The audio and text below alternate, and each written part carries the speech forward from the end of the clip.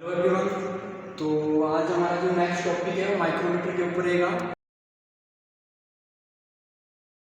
तो let's start. Micrometer का जो टॉपिक है उसको स्टार्ट करते हैं। तो उसमें सबसे पहले आपको दिखाई दे रहा होगा मैंने माइक्रोमीटर का डायग्राम बनाया। तो माइक्रोमीटर है वो आपको जो आइडिया है कि जो ट्रेड है जैसे इलेक्ट्रिशियन है, फिटर है, टर्नर है आपका, और मशीनिस्ट ट्रेड है, टूल डाई मेकर का है, या आपका प्लम्बर ट्रेड ले लो या वेल्डर ट्रेड ले लो, इन सभी ट्रेड्स में जो है माइक्रोमीटर यूज होता है।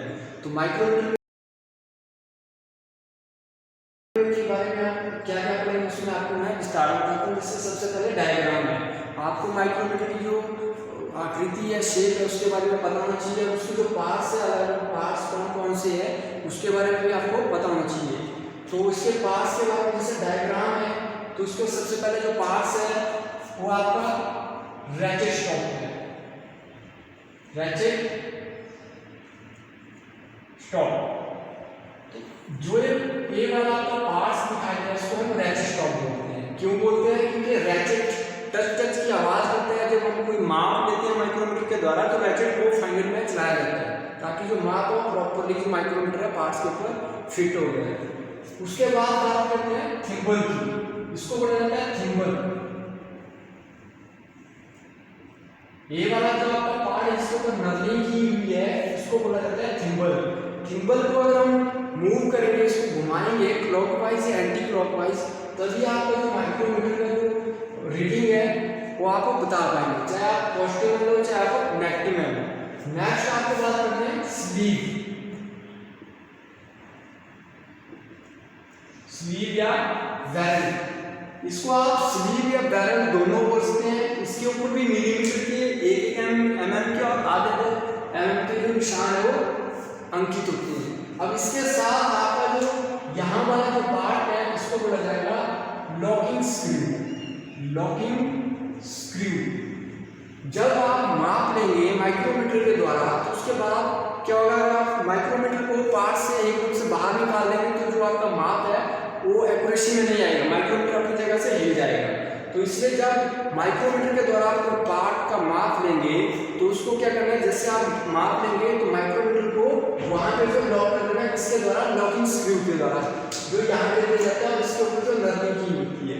और इसके साथ ही आगे इसको बोला जाएगा स्पिंडल। Micrometer spindle. स्पिंडल इसको बोला जाएगा। और इसके आगे कार्बाइड की टिप लगी होती है जिसको मैंने ब्लैक कलर से जो ऐसे दर्शाया है, इसको बोला जाएगा टिप। अब इसके बाद इसकी बात करें तो उसको बोला जाएगा फ्रेम। FRAME। फ्रेम के ऊपर जो है, फ्रेम का मटेरियल और फ्रेम की आकृति अलग होती है और पूरे माइक्रोमीटर का सबसे भारी वेट होता है फ्रेम का। इसका जो मटेरियल होता है वो अलग होता है। फ्रेम के ऊपर जो है माइक्रोमीटर का साइज, कंपनी का नाम और इसकी जो है इसका लिस्ट काउंट लिखा होता है। अब इसके साथ ही ऊपर इसको बोला जाएगा एनबी। एनबी के आगे ये जैसे स्पिंडल के आगे कार्बाइड टिप लगी होती है वैसे ही एनबी के आगे ये कार्बाइड टिप लगी होती है। स्पिंडल और एनबी के आगे कार्बाइड टिप लगाने का मतलब इसलिए है क्योंकि जब माइक्रोमीटर के द्वारा कोई किसी पार्ट्स का माप लेंगे, अगर कार्बाइड टिप्स नहीं लगेंगी तो माइक्रोमीटर के एनबी के और स्पिंडल के जो आगे का फेस है वो घिस जाएगा, जिससे माइक्रोमीटर में जो एरर आ जाएगा।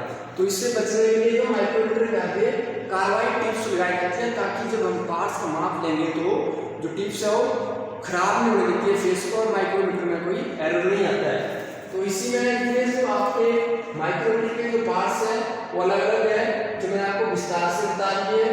और दूसरी बात, अब इसमें माइक्रोमीटर का जो आविष्कार है वो किसने किया है, क्यों माइक्रोमीटर की आवश्यकता पड़ी, किसने माइक्रोमीटर को बनाया और माइक्रोमीटर को कौन से सन में बनाया गया, उसके बारे में हम पढ़ेंगे। और इसका जो यूज है किस लिए किया जाता है।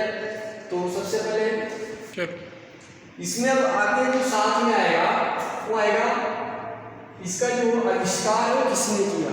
तो माइक्रोमीटर को जो बनाने वाले थे उनका नाम था जीन पाल्मर। उनका नाम था जीन पाल्मर। इसको जब बनाया गया 1848 ईस्वी में इसको बनाया गया और जिसने बनाया उसका नाम था जीन पाल्मर। और कब बनाया गया? 1848 ईस्वी में। इसके साथ ही जो जीन पाल्मर थे वो फ्रांस के नागरिक थे। कहाँ के थे? फ्रांस के नागरिक थे। फ्रांस के जो नागरिक थे जीन पाल्मर, उन्होंने 1848 में माइक्रोमीटर का आविष्कार किया। क्यों किया? क्योंकि माइक्रोमीटर के द्वारा आउटसाइड, इनसाइड और डेप्थ, स्क्रू थ्रेड, इन सभी का माप ले सकते। आउटसाइड जो कोई पार्ट्स है उसका आउटसाइड साइज चेक करने के लिए, या इनसाइड माप चेक करने के लिए, या तो किसी पार्ट्स में कोई खोखला पार्ट्स है तो उसकी डेप्थ चेक करने के लिए, या फॉर एग्जाम्पल फिर आपको स्क्रू थ्रेड आता है, अगर आपने उसका पिच डायमीटर चेक करना है तो उसके लिए स्क्रू थ्रेड माइक्रोमीटर यूज होता है। इसके साथ ही आपका फ्लैंज, जैसे ऑटोमोबाइल क्षेत्र में जैसे आपकी जो गियर बनते हैं, गियर के लिए जैसे फ्लैंज माइक्रोमीटर का जो आपका गियरों के जो दांते होते हैं उनका पिच डायमीटर चेक करने के लिए फ्लैंज माइक्रोमीटर यूज होता है। इस तरह से जो है इन सभी माप को मापने के लिए जो है माइक्रोमीटर का आविष्कार किया गया। किसने किया? जीन पाल्मर ने 1848 ईस्वी में, जो फ्रांस के थे।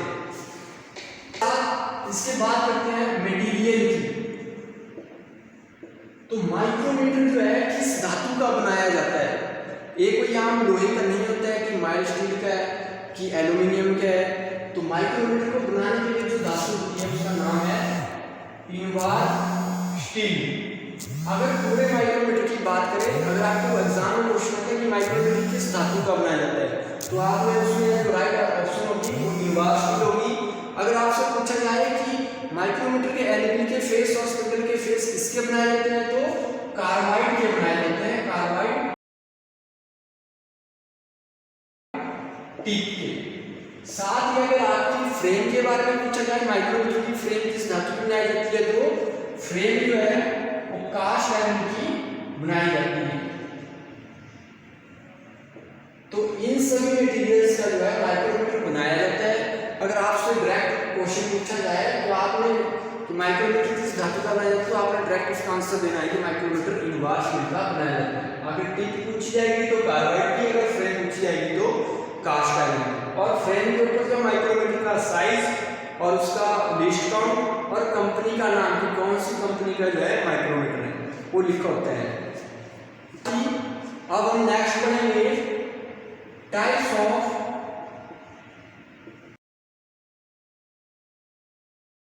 माइक्रोमीटर।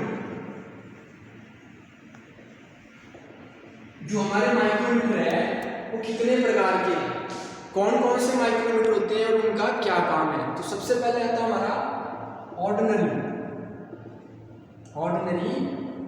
माइक्रोमीटर। जो सिंपल माइक्रोमीटर होता है उसको हम ऑर्डिनरी माइक्रोमीटर बोलते हैं, जिसके द्वारा हम आउटसाइड माप ले सकते हैं। इसके साथ ही इनसाइड माइक्रोमीटर।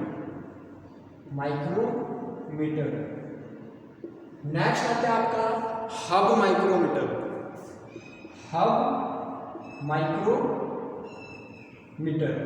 फिर आता है आपका ट्यूब माइक्रोमीटर। फिर आता है आपका स्क्रू थ्रेड माइक्रोमीटर। इसी के साथ आपका आता है डिजिटल माइक्रोमीटर, जो आजकल का सबसे लेटेस्ट माइक्रोमीटर है, उसका नाम है डिजिटल माइक्रोमीटर। और आपका फ्लैंज माइक्रोमीटर।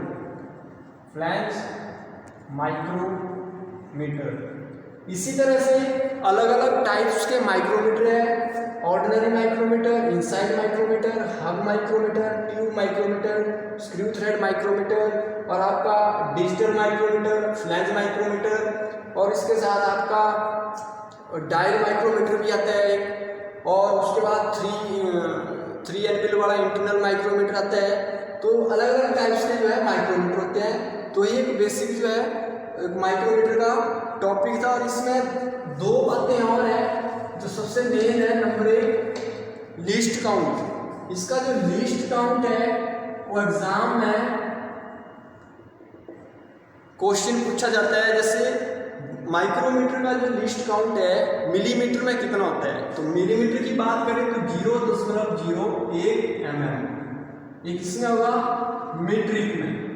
अगर ब्रिटिश में इंचीज में पूछा जाए तो 0.001 इंच जो है ब्रिटिश सिस्टम में इसका लिस्ट काउंट होगा। लिस्ट काउंट मतलब इसका अधिकतम माप, ठीक है, उसकी माप मापने की शुद्धता जो एक्यूरेसी है वो कितनी है, कम से कम। तो मिलीमीटर में होती है और ब्रिटिश में इतनी होती है। इसमें से जो है कई बार एग्जाम में क्वेश्चन रिपीट हुआ है कि माइक्रोमीटर का, एक क्वेश्चन आता है माइक्रोमीटर, एक क्वेश्चन आता है वर्नियर माइक्रोमीटर। तो वर्नियर माइक्रोमीटर का लिस्ट काउंट अगर मिलीमीटर और इंचेस में पूछा होगा तो उसमें एक 0 प्लस हो जाएगी।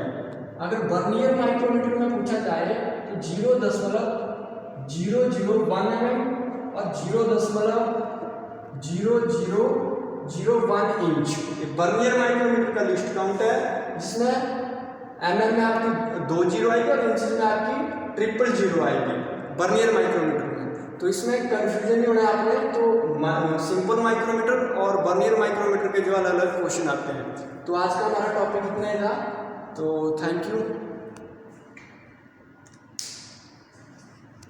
बनी